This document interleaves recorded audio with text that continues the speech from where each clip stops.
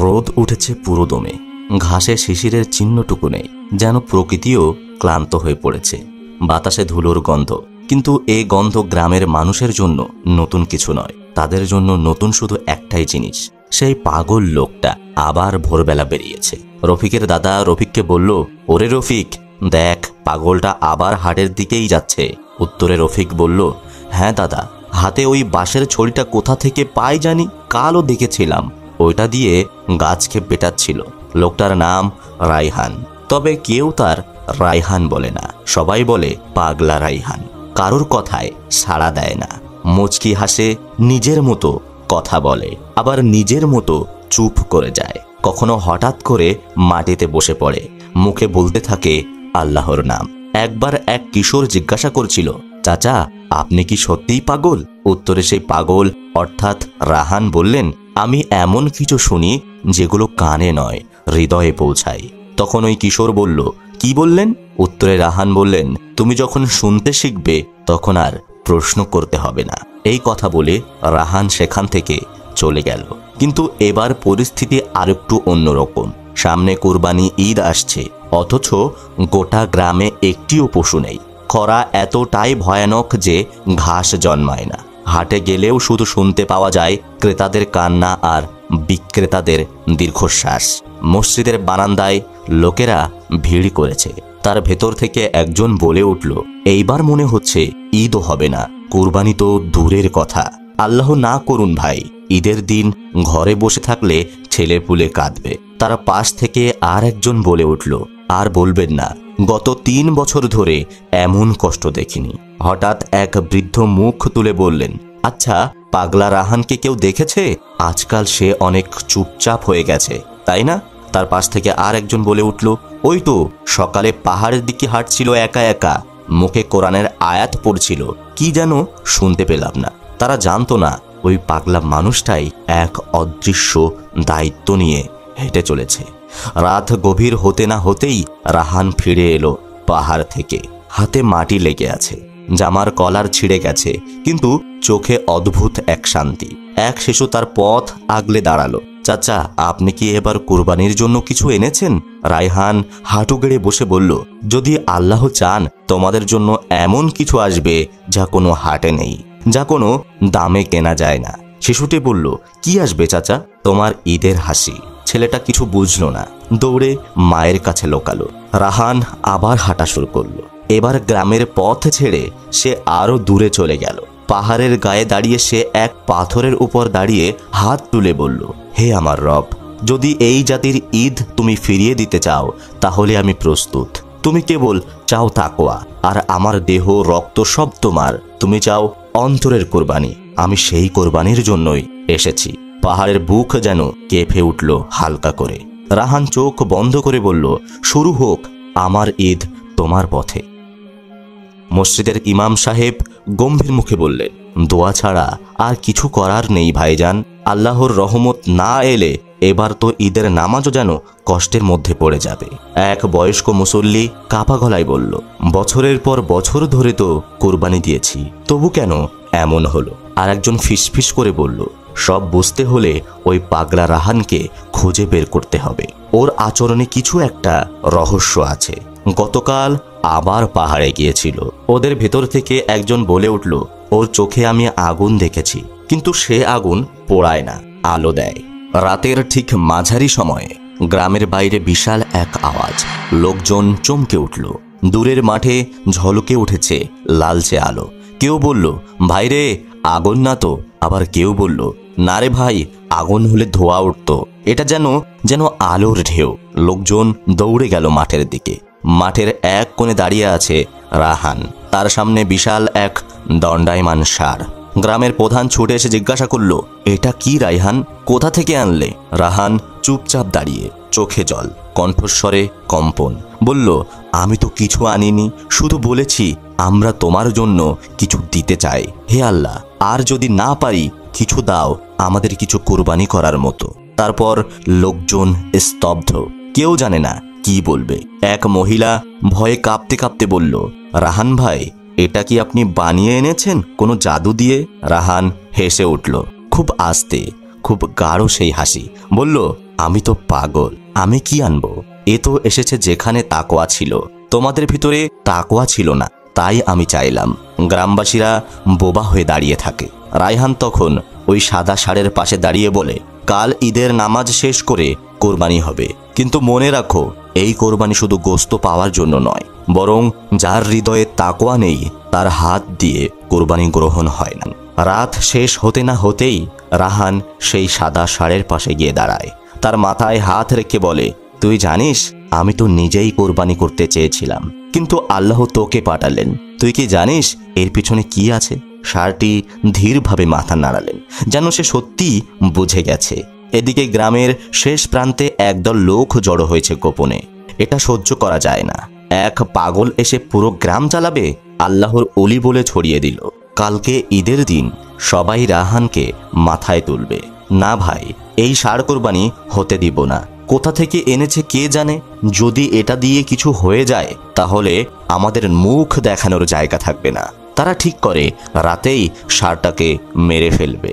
রাত 12টা, চাঁদের আলো মেঘের ভিতরে ঢাকা। কয়েকজন লোক ধীরে ধীরে এগিয়ে যায়, তাদের হাতে দা, লাঠি, রশ্মি। তাদের মধ্যে একজন ফিসফিস করে বলল, চুপচাপ, রায়হান ওইখানেই বসে ঘুমাচ্ছে, আগে পশুটাকে নিঃশব্দে ধর, তারপর ওকে ধরব। কিন্তু ঠিক সেই মুহূর্তে ভূমি কেঁপে ওঠে, গাছের পাতা কাঁপে, আকাশে তীব্র গর্জন, চারিদিকে আলোকিত হয়ে যায়, যেন আকাশের ভেতরে কেউ একজন বিশাল আলো ছুড়ে মারে। সবাই থেমে যায়। সামনে দাঁড়িয়ে থাকা সাদা ষাঁড়টির চোখে হঠাৎ জ্বলে ওঠে এক অদ্ভুত নীল আলো। সে মাথা নিচু করে লেজ উঁচিয়ে দাঁড়ায়। এরপর এক লাফে সে চলে যায় তাদের সামনে। তারা দৌড়ানোর চেষ্টা করে, কিন্তু তারা দৌড়াতে গিয়ে সবাই হুবড়ি খেয়ে পড়ে যায় একে অপরের উপরে। শোরগোল শব্দ শুনে গ্রামের আলো জ্বলে ওঠে, লোকজন ছুটে আসে। রায়হান উঠে দাঁড়ায়, চোখে ঘুম নেই, শুধু গভীর এক দৃষ্টিতে সবাইকে দেখে। তারপর বলে, যারা আল্লাহর পক্ষ থেকে আগত জিনিসের সঙ্গে খেলতে চায় তাদের হাল কি হয় এখন দেখলে না? এক বৃদ্ধ কাপা গলায় বলে, আমরা ভুল করেছি, আমরা সত্যি ভুল করেছি। এই ষাঁড় শুধু কুরবানির পশু না। রাহান বলে, এই পশু এসেছে আমাদের ঈমান যাচাই করতে। কুরবানি তো শুধু ছুরি চালানোর নাম নয়, কুরবানি মানে নিজের ভিতরের শয়তানকে হত্যা করা। সেই রাতে কেউ আর ঘুমায়নি, কেউ কাঁদে, কেউ তওবা করে, কেউ আবার রাহানের কাছে এসে বলে, ভাই আপনি আল্লাহর বন্ধু না হলে এটা ঘটতো না। রাহান শুধু হেসে বলে, আমি বন্ধু না ভাই, আমি কেবল দরজার পাশে বসে থাকা এক ভিখারি। ঈদের সকাল, সূর্য উকি দিয়েছে পাহাড়ের ফাঁক গলে, কিন্তু আজকের আলো যেন কিছুটা আলাদা। গ্রামের প্রতিটি মানুষের চোখে এক ধরনের অজানা কৌতূহল, বুকের ভেতর কাঁপা কাঁপা অনুভব। কিন্তু তা কোনো সাধারণ কুরবানি নয়। মাঠের মাঝখানে বিশাল এক জায়গা পরিষ্কার হয়েছে, লোকজন জড়ো হতে শুরু করেছে। কারোর মুখ বিস্ময়, কারোর মুখে লজ্জা, কারোর মুখে অনুশোচনা। রাহান দাঁড়িয়ে আছেন মাঝখানে। লোকেরা ফিসফিস করে, এই সেই রাহান যার কারণে সাদা ষাঁড় এসেছিল।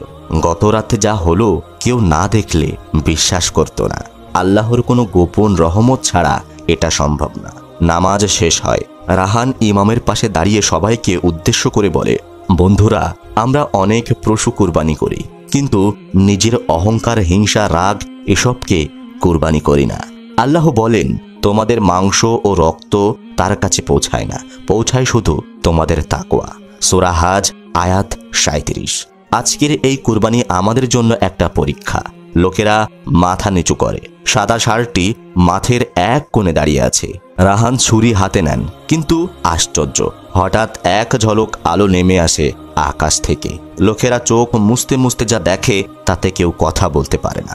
সাদা ষাঁড়টি মাথা নিচু করে বসে পড়েছে নিজে নিজেই, চোখ বন্ধ করে, যেন সে নিজেই কোরবানি হতে চাইছে। রাহান ফিসফিস করে বলে, তুই এসেছিস আল্লাহর আদেশে, আজ তোকে কুরবানি করা হবে। কিন্তু জানিস তোর মাধ্যমে কত মানুষ ঈমান ফিরে পেয়েছে? কিন্তু ঠিক যখন ছুরি চালাতে যাচ্ছিলেন, আবার কেঁপে ওঠে মাটি। একটি কণ্ঠস্বর আকাশ ভেদ করে ভেসে আসে, হে রাহান, তোমার কুরবানি কবুল করা হয়েছে, পশুটিকে হত্যা করো না। এ কুরবানি তো আমি নিজেই পাঠিয়েছি তোমার ঈমানের সত্যতা যাচাই করতে, যেমন আমি ইব্রাহিম আলাইহিসসালামের জন্য পাঠিয়েছিলাম দুম্বা। পুরো মাঠে নেমে এলো স্তব্ধতা, সবাই বাকরুদ্ধ। কেউ কাঁদছে, কেউ হাত তুলে দোয়া করছে। সাদা ষাঁড়টি ধীরে ধীরে 1 পা 2 পা করে হাঁটতে শুরু করে মাঠ থেকে বেরিয়ে যায়, আর কেউ তা থামানোর সাহস পায় না। রাহান মাটিতে বসে পড়ে, চোখ থেকে গড়িয়ে পড়ে অশ্রু। হে আল্লাহ, তুমি আমার এত বড় পরীক্ষা দিলে, আর সেই পরীক্ষার শেষে এমন অনুগ্রহ, আমি তো কোনো কিছুরই যোগ্য না। লোকেরা ছুটে আসে রাহানের দিকে, কেউ তার সামনে হাঁটু গেড়ে বসে, কেউ কাঁদতে কাঁদতে বলে, তুমি আল্লাহর ওলি না হলে এমন কিছু হতে পারতো না ভাই। রাহান হাসলেন না, কাঁদলেন না, কেবল বললেন, আমি আল্লাহর দাস। এই কাহিনী কেবল ওনাকেই বুঝিয়ে দেয় কাকে তিনি ভালোবাসেন আর কার মধ্যেই তিনি নিজের কুদরত দেখাতে চান। ঘটনাটা গ্রামের সীমানা পেরিয়ে এক আশেপাশের অঞ্চল, এমনকি শহরের দিকেও ছড়িয়ে পড়েছে। লোকেরা বলা বলি করছে, একজন আল্লাহর ওলি যার জন্য আকাশ থেকে কণ্ঠস্বর আসে। কুরবানির পশু নিজেই কুরবানি হতে এসেছিল, তার তাকওয়ার কারণে কুরবানি ছাড়াও কবুল হয়ে গেল। সন্ধ্যায় রাহান যখন দরজার পাশে দাঁড়িয়েছিলেন, হঠাৎ দরজায় কড়া নড়ে। রাহান ধীরে ধীরে দরজা খোলেন। দরজায় 3 জন অপরিচিত মানুষ দাঁড়িয়ে, শহরের পোশাক পরিধান করা, চোখে সূক্ষ্ম হাসি। তাদের ভেতর থেকে একজন বলে উঠল, আসসালামু আলাইকুম, আপনি রাহান সাহেব? রাহান উত্তর দিয়ে বললেন, জি বলুন ভাই, কোথা থেকে এসেছেন? উত্তরে তারা বলল, আমরা একটা বড় ইসলামী মিডিয়ার পক্ষ থেকে এসেছি। আপনি তো অলৌকিক কুরবানির ঘটনা ঘটিয়েছেন, আমরা সেটার ভিডিও করতে চাই, আপনাকে নিয়ে একটা ডকুমেন্টারি বানাতে চাই।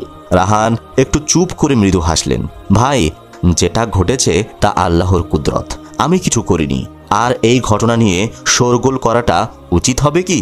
আপনার বিনয়ী কথায় মুগ্ধ হচ্ছি, কিন্তু সারা দেশ আপনাকে দেখতে চায়। যদি কেউ আমাকে দেখতে চায়, তাকে আমার কাজ দেখতে বলুন, আমার আচরণ, আমার ইবাদত, আমার দোয়া, আমার বিনয়। আমি একটিও অলৌকিকতা দেখাতে পারবো না নিজের ইচ্ছায়। যদি আল্লাহ না চান, তারা ব্যর্থ হয়ে ফিরে যায়। রাত গভীর হতেই শুরু হয় অশুভ হাওয়া। একটি পাহাড়ি পথ ধরে একজন অন্ধকার মুখ লোক চলে আসে গ্রামে। সে একটি পুরনো কাফনের কাপড় পরে আছে, চোখে কপাট নম্রতা, হাতে একটি লাঠি। সে কবরস্থানের পাশে বসে কান্নার ভান করে আর ফিসফিস করে বলে, আল্লাহর ওলির কাছে আমি একটু সাহায্য চাই। আমার ভাই শয়তানের খপ্পরে, ওর রুহু শান্তি পায় না, দয়া করে একটু দোয়া করে দিন, একটু কোরআন পড়ে দিন। রাহান কবরের স্থানে যান। লোকটি চুপচাপ তার পিছনে চলে, কিন্তু রাহানের ছায়া যখন কবরের পাশে পড়ে, হঠাৎ বাতাস থমকে যায়। লোকটির চোখ জ্বলে ওঠে ভয়ঙ্কর রঙে। সে পেছন থেকে রাহানের উপর ঝাঁপিয়ে পড়তে চায়। ঠিক তখনই বজ্রপাতের মতো শব্দ, একটা অদৃশ্য আলো নেমে আসে আকাশ থেকে। লোকটি আর এগোতে পারে না, মাটিতে পড়ে যায় গড়াগড়ি করে। রাহান ফিরে তাকায়, তার কণ্ঠ গম্ভীর, চোখে অগ্নি। তুই কে? তুই মানুষ নাকি জিন? লোকটির মুখ বিকৃতি হয়ে যায়। সে গর্জে ওঠে, তুই তো ওলি হয়েছিলিস, তাই না? তুই আমার কাজ নষ্ট করেছিস। আমি গতকাল ধরে এই এলাকায় ফিতনা চালাচ্ছিলাম, আজ তোকেই শেষ করব। রাহান মাথা নিচু করে বললেন, যদি আল্লাহ চায়, তুই আমায় স্পর্শ করতেই পারবি না। তিনি হাত তুলে দোয়া করলেন। সাথে সাথে একটা ঝটকা হাওয়া আসে এবং লোকটি চোখ খুলে দেখে সে আর নিজ দেহে নেই। সে এখন একটি কাঠ হয়ে পড়ে আছে, নির্জীব, মুখ থুবড়ে। কবরস্থানের পাশের পুরনো গাছেরা দুলছে, যেন তারাও সাক্ষী এই অলৌকিক ঘটনার। রাহান ধীরে ধীরে মসজিদের দিকে হাঁটতে থাকেন। এক বৃদ্ধ তাকে দেখে বলে, তুমি কে হে রাহান? কি ক্ষমতা তোমার ভিতরে? রাহান মৃদু হেসে বললেন, আমি কিছুই না, আমি শুধু চেষ্টা করি যেন প্রতিদিন আমার কুরবানি কবুল হয়, নিজেকে আল্লাহর পথে উৎসর্গ করতে পারি। রাত কেটে ভোর হলো, আকাশে ফজরের আজান ভেসে এলো, আর গ্রামের বাতাস যেন আজ আরো কোমল। কিন্তু কাহিনীর ভিতরে অদৃশ্য কোনো অন্ধকার যেন জেগে উঠল। মসজিদের পাশে বসেছিলেন রাহান চুপচাপ, চোখে ক্লান্তি, মুখে প্রশান্তি। ঠিক তখনই হঠাৎ দূরে একটা ধোঁয়ার রেখা দেখা দিল পাহাড়ি পথের দিকে। এক লোক ছুটে এসে হাঁপাতে হাঁপাতে বলল, হুজুর, হুজুর, এ কি কাণ্ড! বনের পাশের পাথরের নিচে কালো রাতের সেই লোকটির শরীর আবার নড়ছে। রাহান থেমে গেলেন, চোখ দুটো একটু সরু হলো। তুমি কি নিশ্চিত? আমি নিজের চোখে দেখেছি, কাঠ হয়ে থাকা সেই লোকটা উঠে বসে আছে। তার শরীর আগের চেয়ে ভয়ঙ্কর, তার চোখে শুধু হিংস্রতা। রাহান তখনই বললেন, সঙ্গে কোরআন নিয়ে চলো, আল্লাহর কালামই আমাদের ঢাল। সাথে আরো 3 জন গ্রামের যুবক রওনা দিল। রাহান হাঁটতে হাঁটতে দোয়া পড়ছে, আউযু বিল্লাহি মিনাশ শাইতানির রাজিম। প্রতিটি ধাপে যেন বাতাস কেঁপে ওঠে। অবশেষে তারা পৌঁছালো সেই পাথরের নিচে। সেখানে সেই শরীরটা সত্যিই উঠেছে, কিন্তু এখন সেটা মানুষ না, কিছু আর একটা। চোখ লাল, মুখে ফেনা, গলা দিয়ে অদ্ভুত শব্দ বের হচ্ছে। রাহান সামনে আসতেই সে থেমে যায়। তারপর গর্জে উঠল, তুই তো অলি হয়ে আমার সব পথ বন্ধ করে দিচ্ছিস। আমি একাকী ছিলাম না, আমি এসেছিলাম শয়তানের সেনাদের সঙ্গে। হঠাৎ আকাশ অন্ধকার হয়ে এলো, চারিদিক ঘন কালো মেঘ ঢলে গেল। আমরা 7 জন তোর আল্লাহর পথে রুখে দেব। সেই মুহূর্তে রাহানের গলা ভারী হয়ে গেল। আল্লাহ যথেষ্ট আমার জন্য। তোমরা 7 জন তো দূরের কথা, 70,000 হলেও আল্লাহর ইচ্ছা ছাড়া এক চুলও নড়াতে পারবে না। তিনি কোরআনের একটি আয়াত পড়তে লাগলেন, আর বলো, হক এসেছে এবং বাতিল বিলুপ্ত হয়েছে। নিশ্চয়ই বাতিল বিলুপ্ত হওয়ারই ছিল। সূরা বনী ইসরাইল আয়াত 81। রাত কেটে গেল, সকালে সূর্য উঠল। গ্রামবাসীরা বিস্ময় নিয়ে দেখল সব শয়তানি ছায়া গায়েব। বাতাসে শুধু এক স্নিগ্ধ শান্তি। কেউ বলল, গতকাল আল্লাহর একজন অলির মাধ্যমে এক যুদ্ধ জিতে গেছে এই গ্রাম। আর রাহান, তিনি আগের মতোই নীরব হাঁটছিলেন মসজিদের দিকে। তার চোখে কোনো অহংকার নেই, শুধু বিনয়। তার অশ্রুসিক্ত মুখ বারবার বলছিল, লাব্বাইক আল্লাহুম্মা লাব্বাইক। এই দুনিয়ায় আমার সব কুরবানি শুধু তোমারই জন্য। তো প্রিয় দর্শক, এই ছিল আজকের ছোট্ট ঘটনা। ঘটনাটি ভালো লাগলে লাইক, সাবস্ক্রাইব আর শেয়ার করতে ভুলবেন না। আর হ্যাঁ, এই ঘটনাটি কোনো সত্য ঘটনা নয়, শুধুমাত্র একটি অনুপ্রেরণামূলক কাহিনী। ভিডিওটি ভালো লাগলে অবশ্যই লাইক করবেন।